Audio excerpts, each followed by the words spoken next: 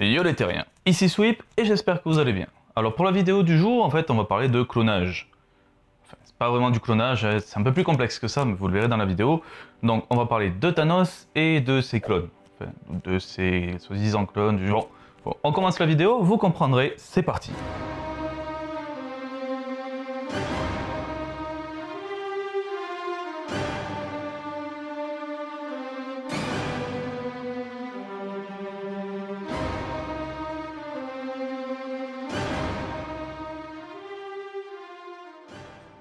Alors cette vidéo sera plus ou moins coupée en deux, voire même trois parties. Et tout d'abord, nous verrons l'origine de ces clones, leur création, pourquoi ils ont été créés, tout ça.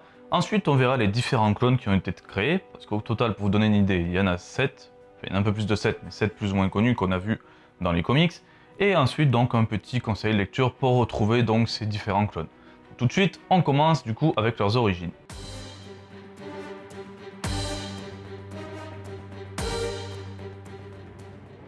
Alors déjà pour commencer, ce ne sont pas réellement des clones.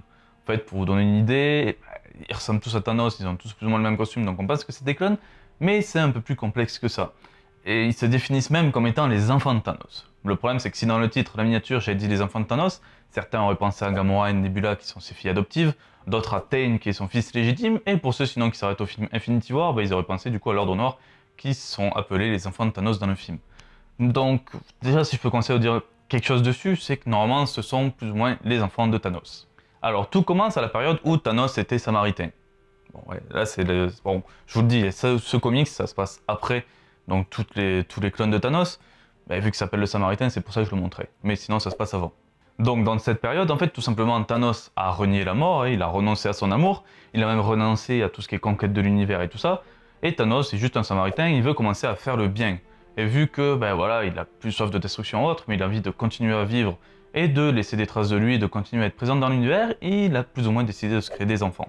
Sauf que Thanos, du coup, il est pas comme tout le monde, bien sûr, vous le connaissez, à la place de trouver une femme pour faire des gosses, et comme il a fait Thane, et ben, du coup, lui, s'est créé des clones. Enfin, c'est plus complexe que ça, en fait, c'est un mélange d'ADN, de cybernétique et aussi de magie. Car oui, Thanos pratique la magie.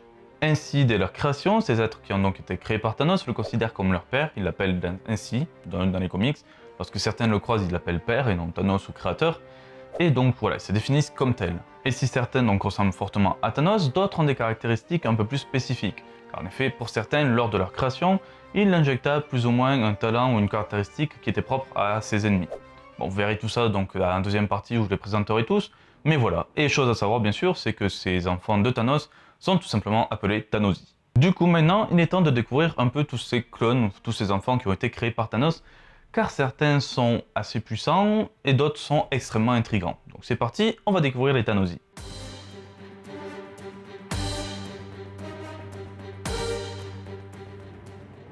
Pour faire un rapide passage donc, sur tous les Thanosi, les premiers étaient pratiquement en fait des clones de Thanos, ils lui ressemblaient parfaitement, tandis que les autres, avec le temps, les derniers, eux, avaient des caractéristiques plus spécifiques. Comme je l'ai dit, c'est un mélange entre Thanos et une partie des ennemis de Thanos. Cela, on les verra à la fin, mais les tout premiers, donc clones de Thanos, directement ressemblaient à Thanos, mais visiblement ils ne possédaient pas la même puissance. En effet, le premier Thanosi qu'on croise est un Thanos qu'on appelle low level. En fait, c'est un clone de Thanos qui est plus d'ailleurs cybernétique, donc si j'ai bien compris, et il ne possède pas du tout la puissance de son père en fait. Il est très faible et il est surtout envoyé sur la Terre pour affronter Khazar. Khazar c'est ça, c'est juste voilà, c'est Conan version Marvel, c'est un homme de la préhistoire pratiquement. Et le pire c'est que le Thanosi, même s'il va se rebeller et ne plus répondre donc aux ordres de son père, en tout cas il va se faire niquer par Khazar. Ce qui est assez la honte quand même quand on se dit qu'on est un fils d'un des plus grands destructeurs de l'univers. Par contre, le deuxième Thanosi qu'on croise a été un peu upgradé par Thanos, vu qu'on l'appelle donc le Thanos High Power, vu que c'est du coup un clone, un Thanosi beaucoup plus puissant. Lui, cette fois, en plus, il va avoir un petit impact quand même, vu qu'à peine arrivé, il va devoir affronter Thor, il va donc s'allier avec Mangog, et surtout à l'aide donc d'une pierre et d'un calice, il va posséder la toute-puissance. Bon, bien sûr, ce Thanosi va bien se faire défoncer par Thor, mais seulement parce que Thor du coup était revêtu d'une armure qui possédait le pouvoir d'Odin, et vu qu'Odin est quand même overcheaté, Thor a pu tout simplement massacrer ce Thanosi. Et si les premières expériences, donc les premiers cas de Thanosi, étaient pas du tout concluantes, ils étaient carrément sanguinaires, pour vous donner une idée, comme le décrit Thanos, s'ils avaient le choix d'une tactique à prendre, ils prendraient la tactique la plus dévastatrice. Presque s'il y a un inconnu dangereux sur une planète, il pèterait la planète, pour vous donner une idée. Donc les Thanosy étaient pas forcément bons, mais en attendant il en avait quand même créé plusieurs, donc 5 très spécifiques. Et comme il explique au moins à Gamora, en fait sur les 5 qu'il a créés donc récemment, il y en a 3 qui lui sont égaux, donc normalement sur la puissance qui sont aussi balèzes que lui, même si sur ça j'ai un doute. Après il y en a une autre qui est une ébauche, donc il sait même pas ce que ça peut donner. Et surtout, le 5e est une erreur parce que c'est un être beaucoup trop puissant. Sur les 3 premiers Thanosy qui sont donc normalement égaux par rapport à Thanos, on retrouve Mystique, Armure et aussi Guerrier. Alors pour commencer, Armure déjà, son concept de base, c'est qu'il est tiré, c'est un peu un exemple par rapport à Iron Man. Si on regarde le personnage, il a un peu le semblant d'une armure, même si techniquement il est plus organique. Il résiste à beaucoup de choses, il résiste au laser, il résiste au tir, et il peut tirer des lasers avec ses poings. Donc c'est quand même un être assez basique, pas aussi sophistiqué quand même qu'une armure Iron Man, parce que ça ressemble plus à un cyborg, un robot presque qu'un être, mais il est quand même assez puissant. Par contre, il s'est fait tout simplement dézinguer par son père, Thanos, qui lui l'a massacré comme ça. Donc c'est pour ça, quand je disais au début que Thanos disait que c'était ses égaux, vraiment vu qu'il a massacré aussi facilement presque que de chasser une mouche. Le deuxième guerrier, donc, lui, si on analyse son costume, et pour ceux qui s'y connaissent dans l'univers Marvel, on devine bien que le personnage qui a été copié par Thanos est tout simplement Gladiator, le chef de la garde impériale des Shi'ar, un être assez puissant. Alors lui aussi, quand même, il est assez faible, parce que certes, c'est une brute, c'est une montagne de muscles, il est super puissant, il peut voler, il résiste à beaucoup de choses, sauf que il est quand même dit que c'est l'un des plus faibles. Bon après, il est quand même tellement balèze qu'Adam Warlock, pour le vaincre, a dû tout simplement absorber son esprit avec la pierre de l'âme. Donc pour arriver à une telle extrémité, faut dire qu'il était quand même balèze. Puis on retrouve donc comme troisième Mystique, qui tout simplement est une copie du Doctor Strange. Il peut utiliser la magie, mais si j'analyse un peu les quelques pages où on le voit, il peut voler, il balance quelques sorts surtout pour balancer des rayons, mais niveau magie, il a l'air un peu moisi. Et donc si son équivalent est censé être Doctor Strange, il y a quand même un gros défaut de conception parce que Strange arrive à le niquer, à le battre tout simplement sans grand effort, et en plus Mystique il balance pratiquement aucun sort. Donc ça c'est les 3 premiers qui sont censés être égaux. Après donc du coup on a le 4e, l'ébauche qui est X. Ce Thanosy est petit, il a un énorme cerveau et surtout il possède un énorme pouvoir psychique. Et normalement il a été copié pour pouvoir affronter Charles Xavier, et il est tellement balèze psychiquement qu'il a réussi à laver le cerveau à Moondragon, donc Dragon Lune, Heather Douglas, pour ceux qui ne connaissent pas, et donc à la contrôler pour qu'elle fasse ce qu'il veut. Bon, derrière, par contre, il est redoutable psychiquement, il arrive à retenir plusieurs héros, à les manipuler ou autre. Et quand Moondragon, elle fut libérée de son emprise, et tout simplement, elle réussit à le niquer, elle aussi psychiquement, en lui forçant pratiquement la main à travers une illusion pour qu'il se suicide lui psychiquement en détruisant son esprit. J'explique ça comme ça parce qu'en fait, on a presque l'idée qu'il a pu contrôler Moondragon, mais Moondragon est plus forte, alors qu'en fait, pas du tout. En fait, X était en train d'affronter des héros avec ses pouvoirs, et il a pris une dague dans le dos vu que Moondragon l'a attaqué alors que lui était déjà occupé.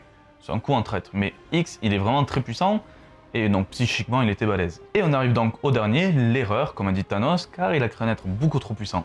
Pour vous donner une idée, voilà, vous devinez facilement, maintenant que je vous montre l'image, de qui il est copié.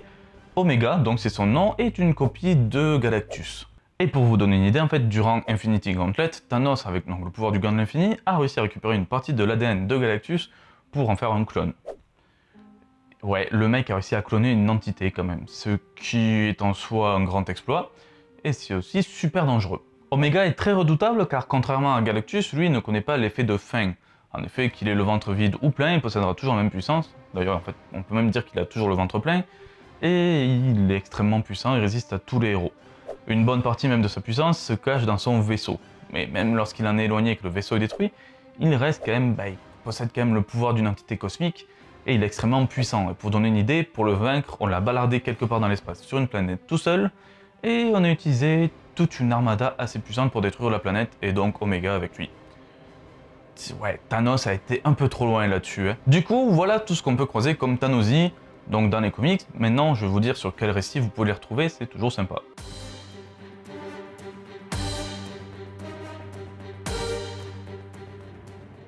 Alors en conseil de lecture, pour ceux qui veulent déjà retrouver le premier Thanosy, celui donc qui a affronté Khazar, vous trouverez tout simplement ça dans le Marvel Select numéro 12. Pour ceux qui veulent donc découvrir le deuxième Thanosy, le Thanos 8 Power qui affronte Thor, cela se passe tout simplement donc dans les Marvel Elite de 2011, le numéro 3 et 4.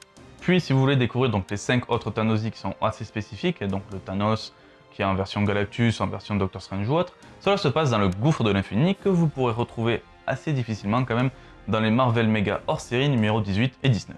Par contre, côté librairie, je pense qu'il n'existe rien sur ces récits, même pour vous donner une idée, Infinity Abyss, donc le Gouffre de l'Infini, n'est même pas sorti donc en version librairie. Donc sur ça, désolé. En tout cas, voilà, c'est la fin de la vidéo et j'espère qu'elle vous aura plu. C'est un sujet assez intéressant, donc déjà Thanos et des clones de Thanos tout aussi loufoques les uns que les autres. C'est un sujet que je voulais aborder, qui est assez sympa et qui pouvait en intéresser pas mal. Donc si vous avez aimé cette vidéo, n'hésitez pas donc à laisser un pouce bleu et aussi à partager la vidéo, ça me fera toujours plaisir. Après, si vous avez beaucoup de questions sur les Thanosi, les clones de Thanos ou autres, allez-y en commentaire, je ferai tout pour y répondre et même si vous avez des choses à rajouter dessus, vous êtes permis, ça fait toujours plaisir. En tout cas, voilà, la vidéo est à présent terminée. Sur ce, ciao tout le monde et à la prochaine!